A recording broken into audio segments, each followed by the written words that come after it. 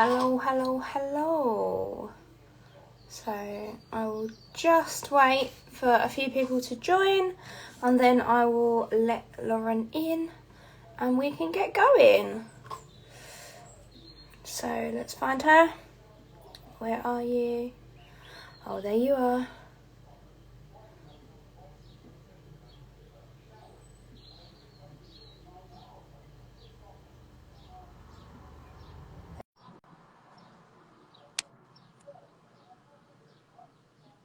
Is she coming?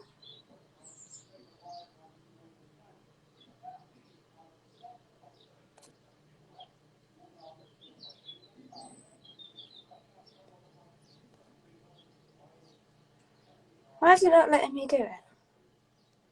I'm accepting you.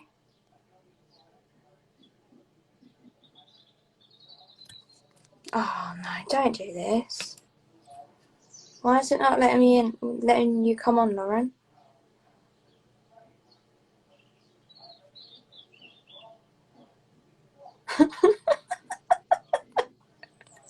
This is great. What a great start.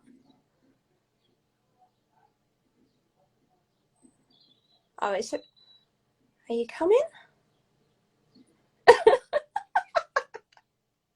Sissy, you're unable to join. Do you not want to be interviewed tonight, Lauren?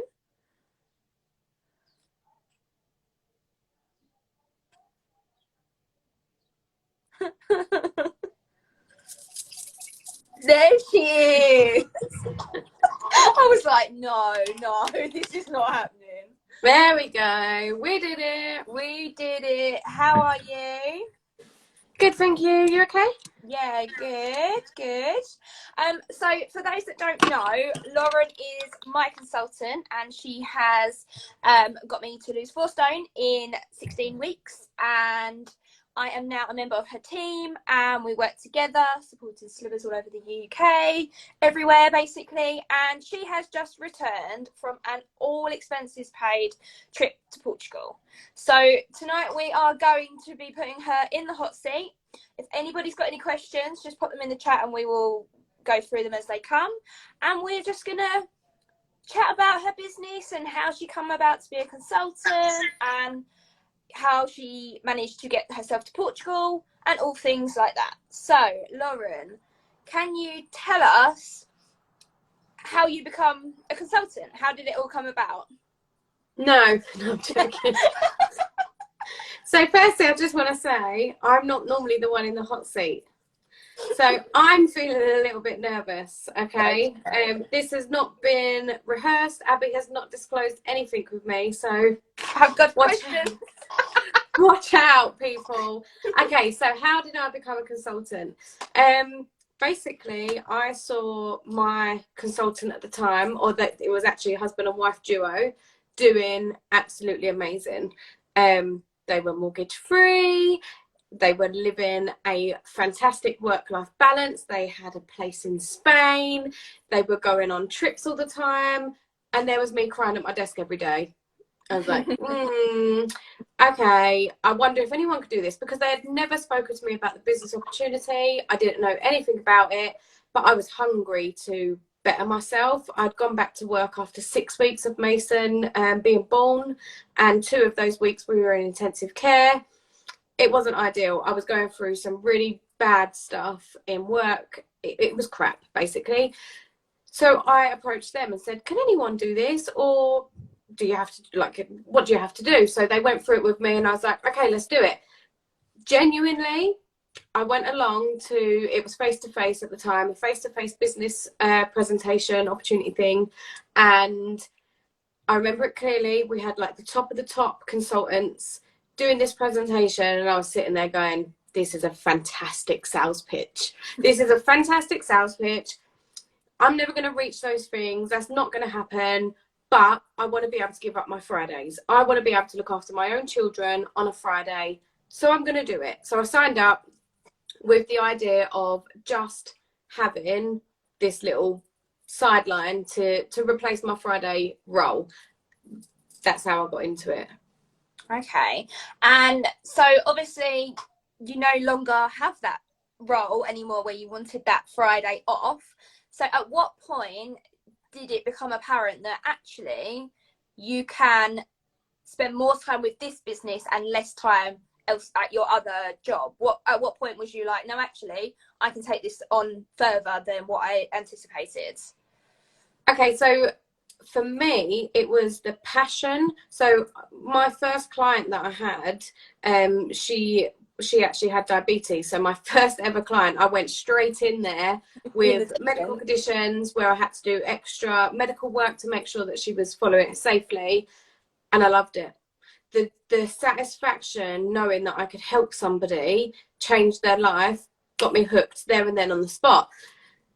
So a bit premature, I came home to James. I was like, right, in 2 years' time, I'm going to be out of this finance role. Obviously, I said where I was working, but I'm going to be out of this role and I'm going to be doing this full time. And he was like, well, yeah, if you can make it work, then that's up to you. Like, he's always been really supportive. He knows that if I'm going to make something, I'll do it. Anyway, 2 years, I wrote down all my plans. I went through it with my sponsors. I was like, this is what I'm going to do. This is what I'm going to do. And they was like, yeah, let's go for it. And I quit my job after 9 months. I quit my job after 9 months. Now, it didn't go as I planned. It wasn't how it was meant to be. I had been working really hard. So I was working 5 days a week to begin with, building up my business. I was mobile at the time. So I was going around mobile. It's not like it is now. We used to have to physically see people face to face. So I was spreading myself as far as I could drive across Essex in my evenings, in my weekends. Mason would come with me, Scarlett would come with me if I couldn't get them looked after, and that's just how it was. I sat at my desk far too many times crying, and it got to the point where it was too much, and I blew. I just blew my top and swiped my desk and walked out. And there was no way that I was going to be able to go back after that, because I'd obviously ruined that relationship in there, and I kicked off dramatically. It was too much. So I got into the car and I rang up James and I was like, by the way, I don't have a job anymore. And he's like, excuse me, what? Bearing in mind we worked for the same company as well, so it was a little bit awkward. He was out on the ground, I was in the office, and he was like, I thought we said 2 years. It hasn't quite been 2 years. Are you sure you could do this? I was like, well, do you know what? I haven't got a choice. They're not going to let me back in. I have to make this work. Here I am 5 years later. I made it work. But so that was like 5 years ago. It's not always been plain sailing, has it? So you didn't quit that job, take this on full time and be amazingly successful straight away. Tell us a little bit about like your struggles over the years with the business. Yeah, so I came in as a flying start. So my first year it took off, it rocketed. I went on stage at convention, which is like our annual award ceremony. I got the Flying Start Award, basically, which means I hit certain targets off my own back. And I was fully on track to be hitting like really high levels within the company. Yeah, and that all went like really well, and I was on track, and I was doing talks across the UK to other consultants, and I was like telling them the insights of my business and how I was going to succeed at this. And then we had like this pathway to success. It all came about, which basically is how like Portugal and stuff comes around, but we'll move on to that in a minute. But basically this first year came out, and the first trip was to the Algarve. I was like, yeah, I'm going for that. I'm going for that. And in all of my chats, I spoke about how I was going for the Algarve and I was going to be a gold champion and I was on track and da-da-da-da-da. And then my nan got sick. And yeah, she had esophagus cancer, and she'd been fobbed off for quite a while. Like they told her it was heartburn, and they'd put her on like heartburn tablets and whatever, and she kept on going back. Anyway, no, you've got heartburn, you're just being over dramatic. Anyway, finally she had scans or whatever they did, and they found out that she had quite a big tumor. And for anyone that doesn't know me, my nan was my rock. me and James lived with my nan when Scarlett was born, when she turned a year for a little while. I lived with my nan when I was younger, just before I got with James, whilst my mum and dad were doing up a house because I was doing GCSEs. My nan was like my second mum. Told her everything. We put the world to rights every single damn night on the phone, and we went out shopping. She was my biggest cheerleader, so it was a big blow. It didn't affect me while she was unwell. I still managed to keep my business going. But then obviously when she passed away, it hit me like a ton of shit, basically. Before she lost her voice in the hospice, she made me make her a promise. And we had this really big in-depth conversation about all different things, about the kids, about everything. And then the business came up and she was like, right, you've got to promise me that all of these dreams that you've ever told me over these last couple of years, you're going to make them happen, whether it take you 15 years, 1 year, 10 years, I don't care, but you've got to promise you don't stop until you make it happen. Now, my nan bought my kit for me. She was the one that invested. I paid her back, but she invested in me to begin with. She believed that I could get that money back. So I made her that promise. I promised her that I was going to get that new house that I wanted. I was going to be able to take the kids on the holidays. I was going to be able to buy school uniform without borrowing money, clear my debts. Anything that I had on my vision board, I promised her that I was going to get it. And I didn't. I completely lost the plot. My business went down to literally to the rocks, and I forgot all of that. Like, well, it's still there, obviously, but I kind of pushed it to one side. I was like, well, I've got no one to talk to. Yeah. I would bounce all my ideas off her. Not that she'd help me, but she'd listen. She was a good listener. Even if I put her to sleep, she'd still listen. And I was like, what's the point? I don't want to do it anymore. Like, I don't. I threw all my banners in the bin. Like, I completely lost the plot. And then it got to about November, December time, and it got to the point where I was like needing to go back to work because I had no money coming in. I had no stock. I'd lost all my clients. I had a few team that was sticking by me and saying, come on, you could do this. Like, we're here for you. And instead of me being able to lend them stock, they were lending me stock. And it got a little bit embarrassing. And I sat there in the bath one night, and I was looking at jobs, as you do, because I was like, right, Christmas coming up. We can't even pay to get a flipping turkey, let alone get the kids presents. Like, you either sort yourself out or you're going back to work. So I'm looking for these jobs, and I'm thinking, oh, my God, I'm not getting paid that an hour. Nobody's telling me what to do to get paid that amount of hours. So I was like, right. And then I had my nan as clear as day, and people probably think I'm mad, and that's absolutely fine. And she was like, remember that promise, Lauren. Switched. Literally, wow. My entire mindset from that moment in the bath. Now, you know why I like the bath so much. Maybe a little bit too much, but that's another day. I changed my mindset from there on, and I got out of the bath and I went down to James and was like, I'm turning this business around. Pathway to Success had only just really started, so I hadn't lost too much. I remember having a phone call with our regional manager, like Babette, and I said, I'm going for Gold Champion. She's like, I'm not sure about that, but okay, if that's what you're saying. She's like, but you're a little bit behind. And I was like, I'm going for Gold Champion. She's like, okay, fine. Like, I'll back you. That, like, you do what you need to do. Then we went into a pandemic. Yes.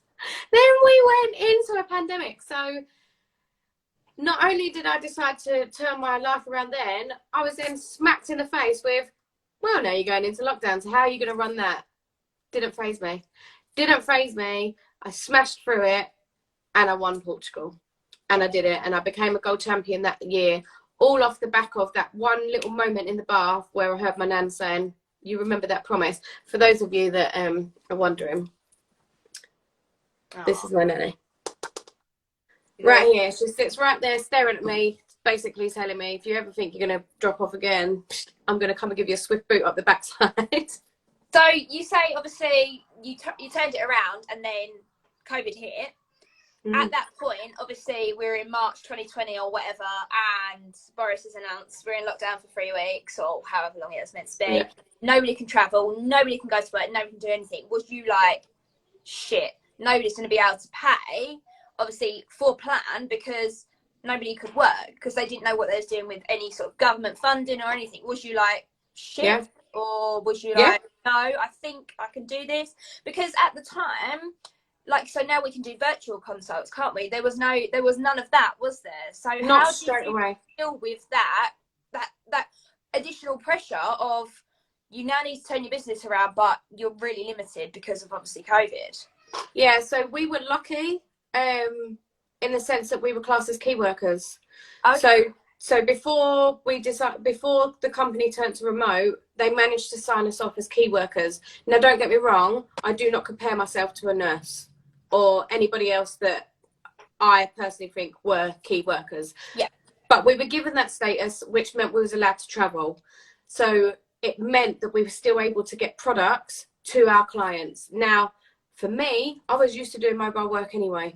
So it was no different for me. I was able to get on the road. And actually, James was also classed as a key worker because he had to start getting his teams to deep clean schools. So what we decided to do was James was going to start delivering because only one of us was going to go out of the house to protect the kids because Mason's got asthma. So it was all a bit scary at the time. If I'd known what I know now, then I wouldn't have been so scared. But at the time, I was like, right, you have to undress yourself in the conservatory. Yeah. You have to sanitize all over. It was a bit extreme, but I didn't know that back then. So he became basically my delivery driver. My clients went through the roof. Now, we had two types of people during lockdown. We had people that turned to food because there was nothing else to do, and that's absolutely fine. And then we had people that was like, do you know what? I'm using this time to put my head down and become the healthiest I've ever been. We were lucky enough to be able to do that because other slimming companies didn't evolve as quick as what we did. And all of a sudden, people realised that actually this plan did work. They were still able to get that one-to-one support with me because I was doing the video calls, or they was allowed to come to my doorstep within a certain amount of meters. I bought myself a marquee so that when it was raining, they could stand under the marquee. I adapted really quickly to be able to help my clients that I had on board when we went into COVID, and then clients that were coming all over the place. And you know what I think really stuck a rocket up a lot of people's bottoms was the fact that being overweight could have seriously impacted you if you contracted COVID, and the facts and all of that was coming out around that. And I created like a video and a voiceover to go with that. And it wasn't to scare people. It was genuinely to say, look, I can help you with this. Do not become a statistic, because actually I don't want you to be in hospital. I don't want you to suffer if we can get on top of it now. And I think because I adapted so fast and I was able to juggle the homeschooling with doing this and showing people that I could still support them, my clientele was the biggest amount of people I'd ever looked after. That's amazing. That is amazing. So obviously, as well as having to work, you like the kids were off school, so you had to homeschool them.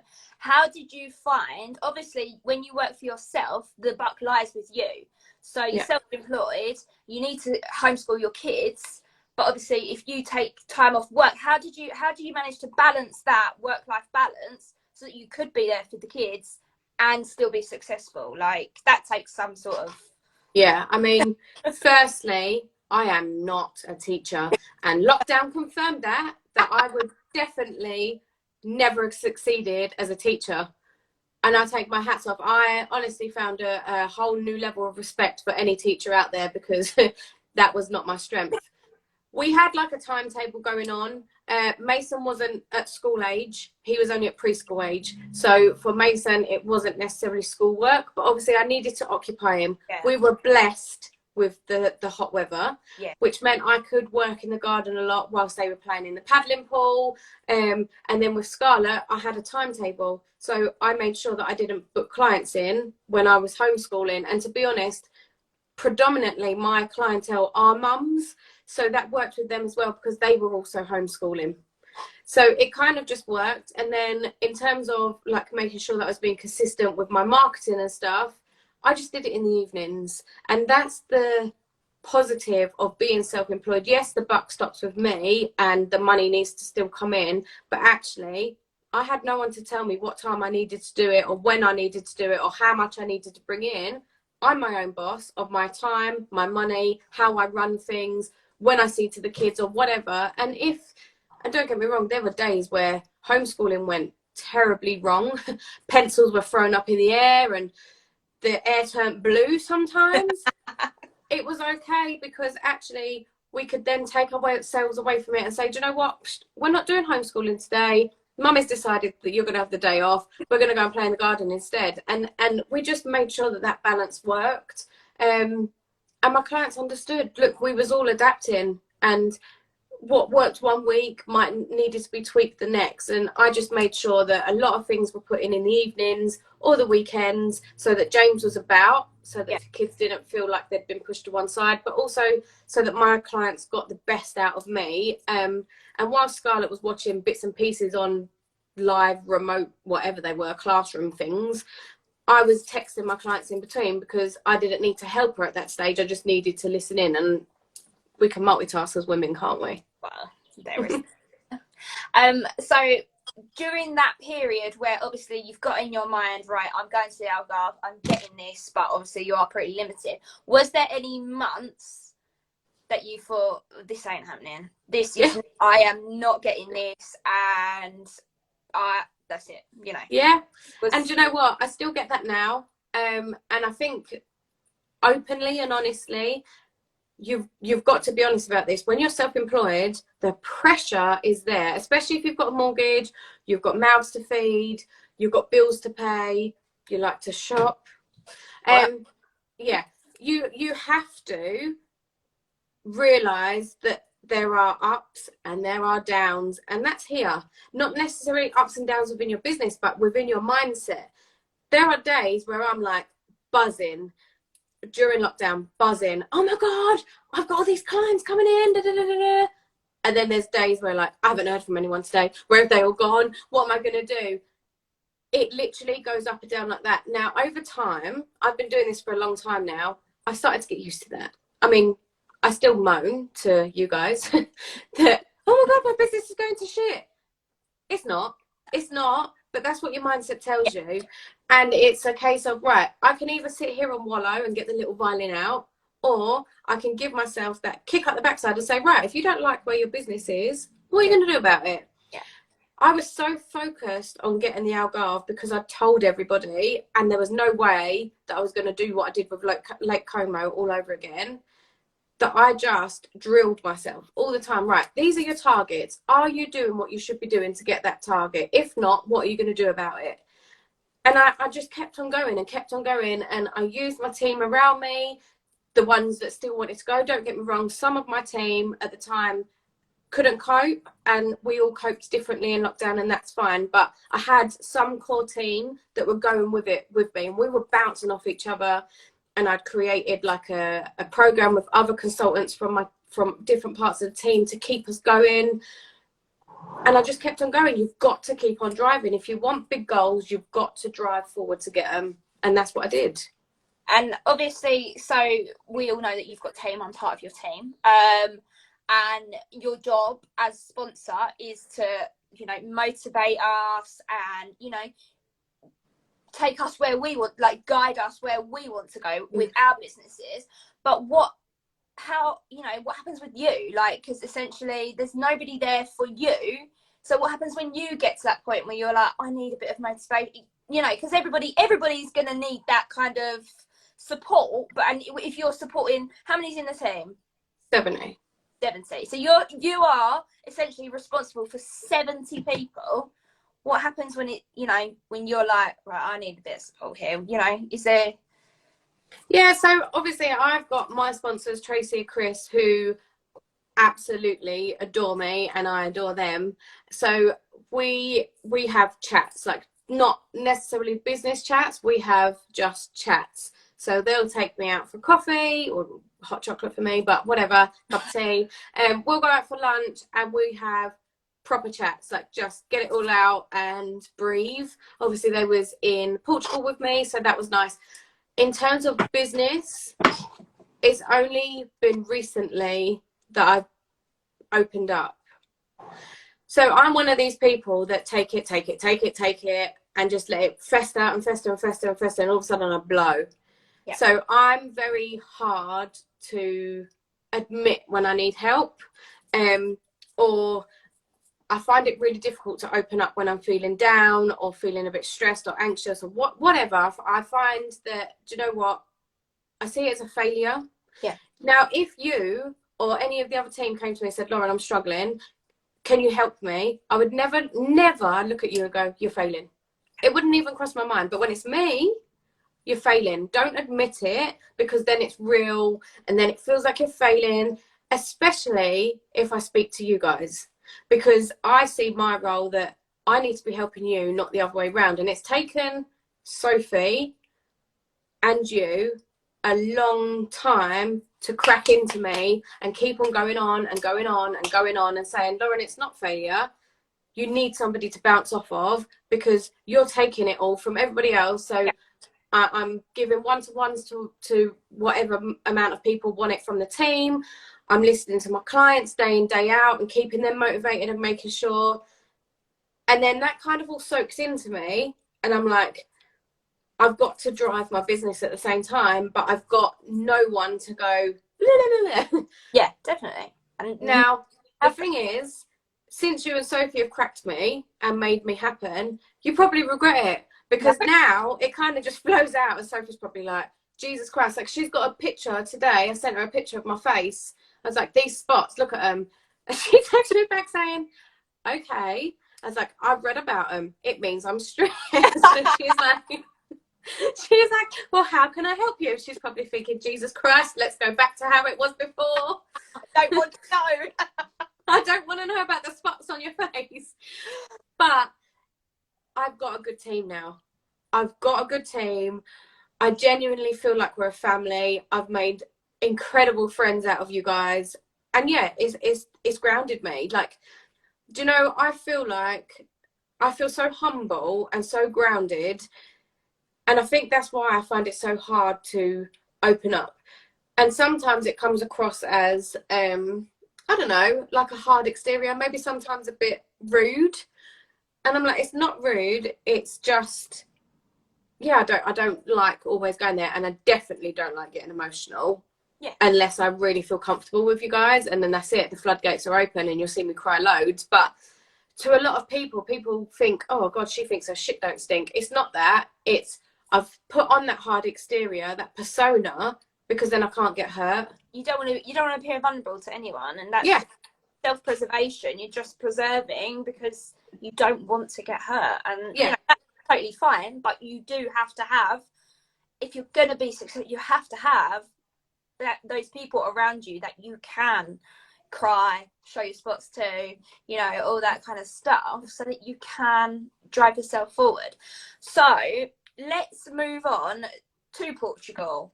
What does Portugal mean? So how do you get to Portugal? Like, what does it mean? So people that don't know the plan, the business, what does it mean? Oh, it means that you have to work hard. There is no two ways about it. Getting a champion status isn't easy, but it's worth it. Like, it, to anyone that's looking out from the inside, from the outside in, they're probably like, wow, you went to Portugal, whoop-de-doo. Why does that matter about your business? It's an accolade. To be able to say that you're a gold champion and get that glass award, walk on that stage, basically what it means is I've held a certain amount of clients and managed to get them through their weight loss journey, as well as building up my team and making sure that they're successful. That is hard in itself to balance, because when I'm putting all my energy into my team, making sure that their businesses are going off to a flying start and they've got their training academy that myself, Sophie and Laura built, and now you guys are adding to it, that took a lot of time. But then I've got to make sure that all my clients are ticking over, and I'm making sure that my face is still out there, so people choose me as their consultant, and they start knowing, liking and trusting me. To build that at the same time and making sure that both are getting the right balance, it's hard work. So actually, when I went on holiday to Portugal, my goodness, I lapped it up because I deserve that. And I know that I deserve that. And that might sound a little bit arrogant or blow my own trumpet, but actually I don't care, because I know that I pour my heart and soul into all of my clients, and I genuinely want them to succeed. I don't want them to be on plan for the rest of their life. I don't want them to have a yo-yo diet. I want them to get that weight off, understand how to change their mindset and relationship towards food, and get to goal and maintain. Like, that for me means so much more than my bank balance. Like, that is what I got into it for. And being able to do that, it isn't a case of going, here's your week's worth of products, go and do what you need to do. Like, that is not what happens. You have to be there for them one-to-one as much as possible. So that means weekly calls or face-to-face. That means daily messages, sometimes multiple, depending on the client, if they need you. That means taking on a lot of their life, because actually a lot of problems within people's lives result back to their weight, being held back from a job, not feeling confident in themselves. Like, you take on a whole lot more, and you get into their lives more than what they tell their husbands, their wives, their friends. Like, you take on a lot. So that's from a client side. And then you've got team. I'm setting goals, I'm giving them tasks to do, I'm making sure that they're getting what they want, because ultimately the last thing I want people to do is join the business and then get nothing out of it. Yeah. Because that makes me feel bad. So if they come into the business like yourself, and you come in and you go, Lauren, I want X, Y, Z. This is what I'm going to do. I don't know where I'm starting though. Give me some advice. I need to make sure that I match your commitment. I couldn't say to you, all right, Abbie, go and get that. What do you want me for? Just go and do it, will you? Yeah. It doesn't work like that. I've got to make sure that I'm there for you to say, okay, let's go. You've got to do it. Of course you have. You've got to do it off your own back. But I need to match that commitment. I can't just sit there going, well, you know, off you go. Yeah. It doesn't work like that. So I will match the commitment of every single one of my team should they wish to want what I've got.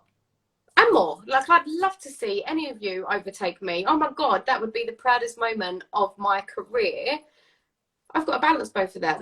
That's tough. So that's why I got Portugal, because I'm good at what I do. I ranked, was it 60th or 59th? We'll go 60th out of 8,000 clients this year, because I do what I do. Not because I've got targets to meet from head office, not because they tell me what to do, but because of a business that I've built for my family.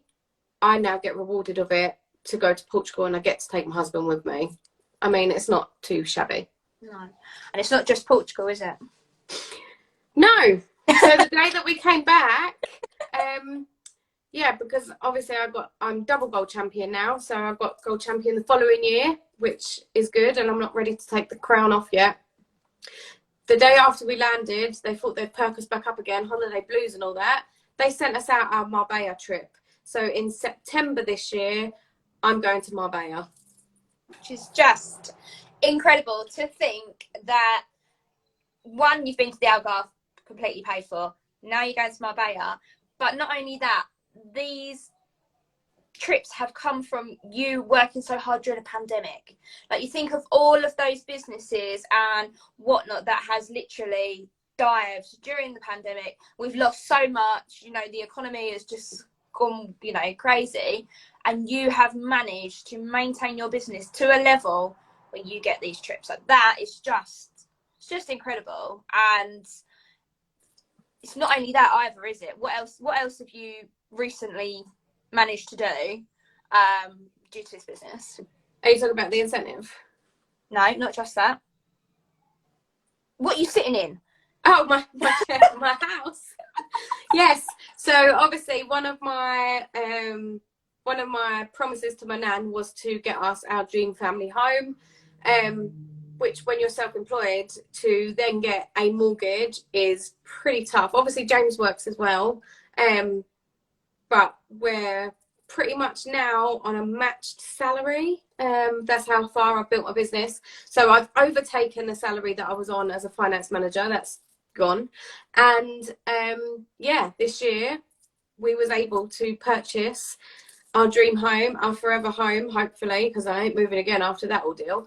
And yeah, this basically, my old house could fit into this house 3 times over. We've moved out of area.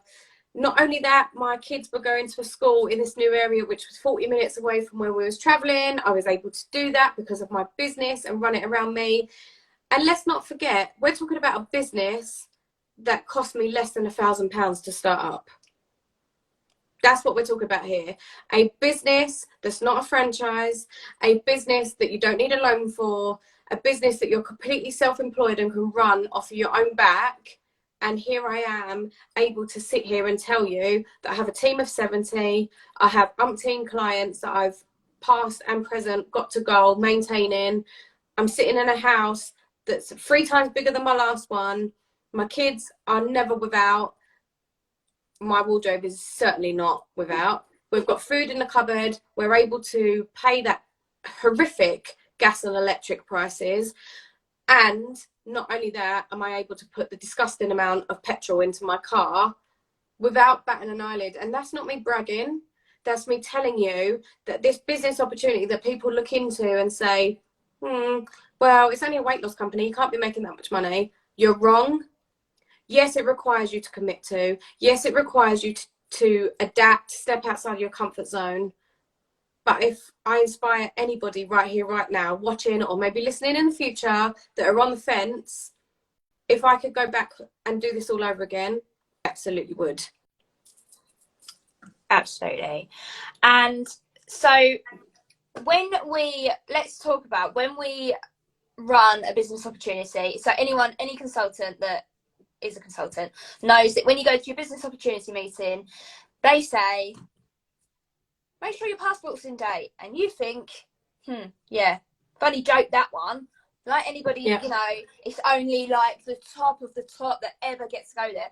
When you heard that, did you ever think to yourself, that will be me? Or did you think, oh, you know, I'm just going to be doing my Fridays and that's it, just bumble along nicely? But how, like, you realise how much that you know, impact that you make on these slimmers and how much you can be rewarded. How does that make you feel now, knowing that if you could say to someone now who's in a bomb or whatever, take that seriously, don't think joke. Don't take it as gospel. Like I said to you, when I went to that face-to-face presentation, I genuinely was like, that is a brilliant sales pitch. Like, I was still a bit like, I'm on the fence about this, but actually I need this bit of money because I need to get out of Fridays so that I can see my kids. I was still like, this is a proper sales pitch, but I'll make it work for me however I want it to because I'm self-employed and I'm going to do what I want to do. I also had a lot of consultants over that first 6-month period where I'd seen at like events or I've heard their name, read their story in like the business emails that inspired me, like massively inspired me. I was like, wow, I want to be like them one day. I'm either with them in Portugal or I'm above them on the league tables now. These are people that I looked up to and was like, you're amazing, you're top of the top. I don't see myself as top of the top. Like, I don't know if that's because I'm so grounded about it or because I don't know. But I don't look at myself and go, wow, I'm now one of them people. It's not about that. It's, oh my goodness, I didn't really believe that I ever needed an in-date passport. That I needed an in-date passport because I want to go on holiday. But I didn't think I'd be using it for one of these trips, let alone see my name or my pictures beside these people that were, like, in my eyes, the top of the top. The cream of the cream, right? Yeah, it's amazing. It is amazing. But here I am. Yeah. Telling in less than 5 years. Less than 5 years, double gold champion. So it's not because I'm any different to anybody else. I'm a mum of 2. I'm a wife. I don't speak I'm not very good with words. Like, I've not got a sales background. I was a finance manager, for goodness sake. I worked in the same place that I'd been there since I was 16. Like, I haven't got all of this background or experience. I'm no different to anybody else. I'm just driven. And if you're driven, you're going to make it in this business and you're going to be at the top and you're going to be with the people that you begin with and you're like, wow, I want to be like her. Abbie, without speaking out of turn, like you say, wow, Lauren, you inspire me. You're going to be that. You're going to be that because you're driven. You're going to be above me one day because you're driven to do that. And if you've got the drive, then this business is for you. Yeah. And what would you say? A lot of people, like when you say this is what you do, they'll say, oh, sales, MLM, you know, all that kind of negative, like, oh, I'm not a salesperson, I can't sell. Because that's essentially, when I thought about it, I thought, I can't sell nothing. Like, oh, you know, but how can you explain to those people that it isn't, yes, it is direct sales, but we're not selling. We are not selling anything really. Like, no, if you come into this business thinking about money, your business will not succeed. It's as simple as that. If you come in with the idea of, I'm going to sell products day in and day out, I promise you now, you won't be around in this business next year. If you come into this business with the mindset of, I'm going to change people's lives, and you put their feelings and their faults and their mission at the front of your mind, and you genuinely want to change lives, your business will be fruitful. You cannot chase the pounds. You have to give a diamond standard service and the money will follow. And that's what I teach all my team. Do not be a meal replacement seller. Be somebody that's passionate to change somebody's life. And that is the key to success, because when you forget that and you start chasing money and you don't give the service that you should be, and you just kind of palm people off because you're like, well, you've had a week's worth now or your month's worth, I'm moving on to the next person, you've got your month's worth, they're not going to come back to you. They've not got faith in you. They're not trusting and liking you. But if you give that person every ounce of respect and support that they need, they're going to tell their friends. They're going to tell their friends. And all of a sudden, you've got referrals coming in left, right, and centre. And you've got a very, very good brand name. Me and you are both selling the same product. Yeah. The same product that 8,000 other consultants are putting out there. Nobody is Lauren Knight and nobody is Abbie Lodge. And that is what I tell everybody. You are your own unique selling point. You put your face out there. You show people why they should know, like, and trust you. And that's how you get clients, and that's how you get a good business. Because until you do that, your business will not grow. No. Have you got any advice, like, for like maybe a new consultant that's like just done their accreditation or whatever, they're feeling like a little bit overwhelmed, don't really know if they want to put the time in? Like, is there anything that you would, like, one word that you would say to them, like, you know, you can do this and it is worth it? Is there any sort of advice? I don't know what I'm trying to say. Yeah, they need to. I think if you're new in the business and you're feeling a little bit overwhelmed because there's a lot of information to take on and it kind of all gets thrown at you at once and you're like, whoa, Yeah, where did all that come from? Number one, trust in the process. Number two, if you're part of our team, so I'll start with that first. If you're part of our team or becoming part of our team, we've got a training academy that's broken down into tiny bite-sized pieces that will get you through to a flying start. Trust the process, go through it. Even if you think it doesn't relate to your business, do it anyway. And speak to your sponsor. We're here to help you. So that's people that's part of our team. People that are new consultants that might be watching or listening back that aren't part of our team, speak to your sponsor. It's what they're there for. They should not be bringing you into the business and saying, there's your starter kit, there's your booster kit, off you go, get on with it. It's not about that. It's, let's help you. It's in their best interest to make sure that you build a fantastic business and a fantastic brand, not only for their, like, sponsor bonus, but also for their brand name. Like, I've built a good name for myself. If I've got a team out there that become meal replacement sellers and are literally palming people off, or they're putting out shoddy support, who's that going to come back to? Yeah, that comes back to me. It's a reflection on me, and I don't want that. So make sure that you're speaking to your sponsor. They're there to support you. That's part of our role. It's literally in writing that we have to support you.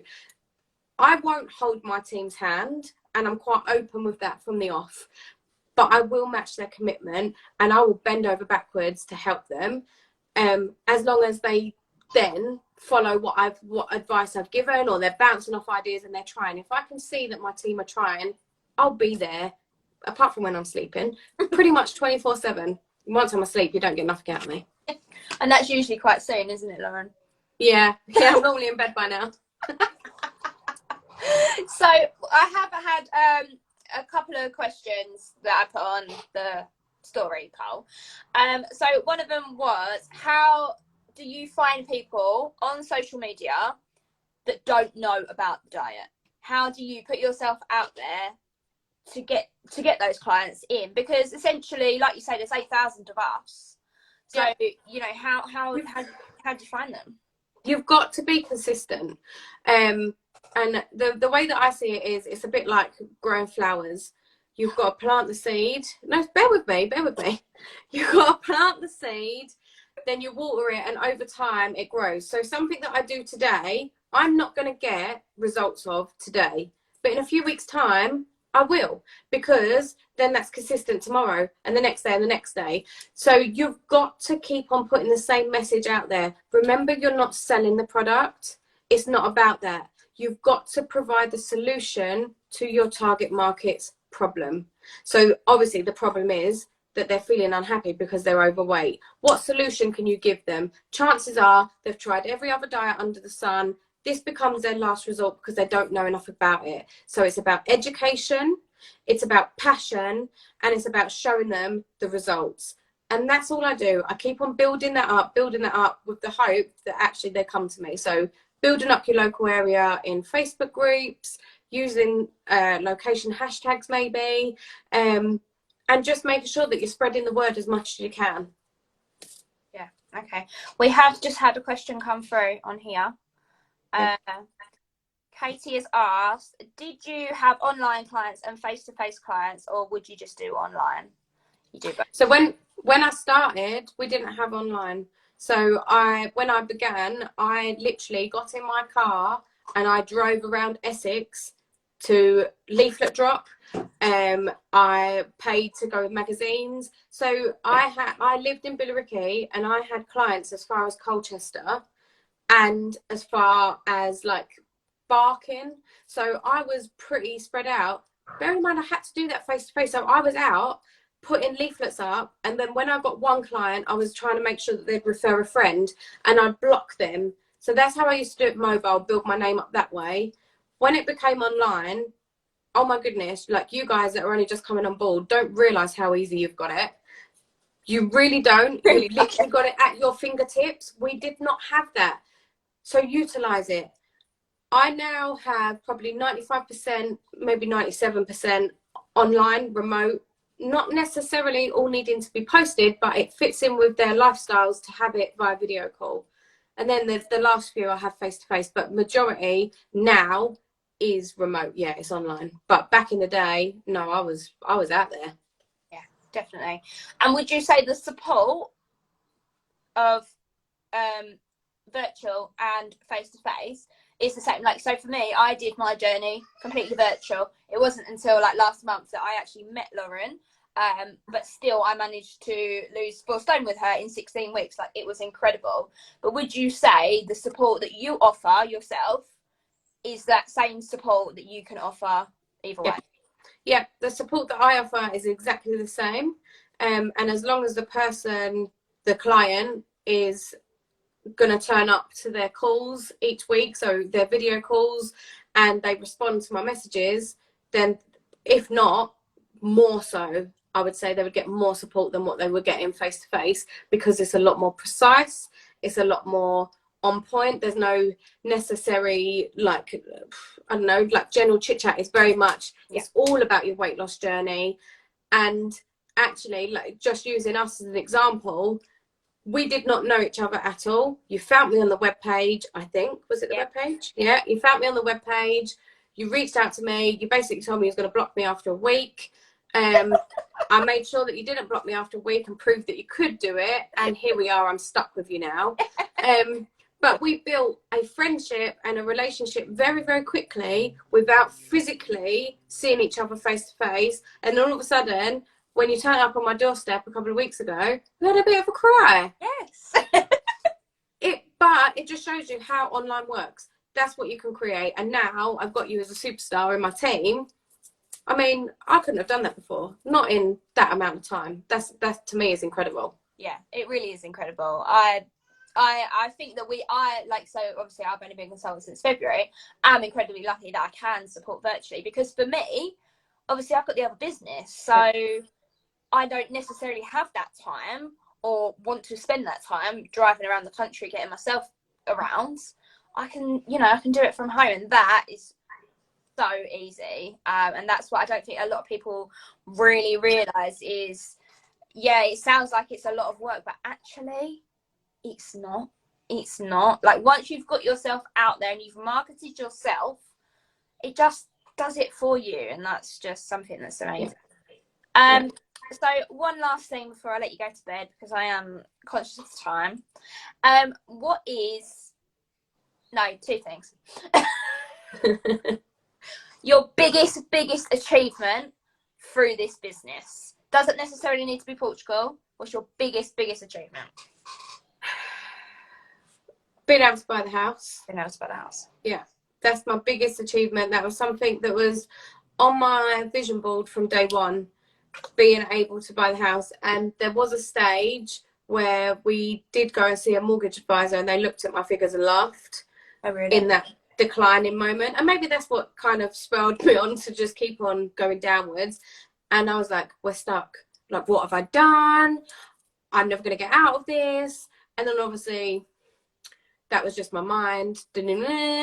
Managed to get out of that. Here we are. So yes, my biggest achievement is being able to have bought this house. Don't get me wrong, it's not outright. I do have a mortgage, people. No. Like, I'm not that rich. But yeah, being able to get a mortgage big enough. Yeah, it's incredible, especially for those negative people that would look at us in this business and be, oh, you just sell shakes. You know, it's just a diet. Yeah.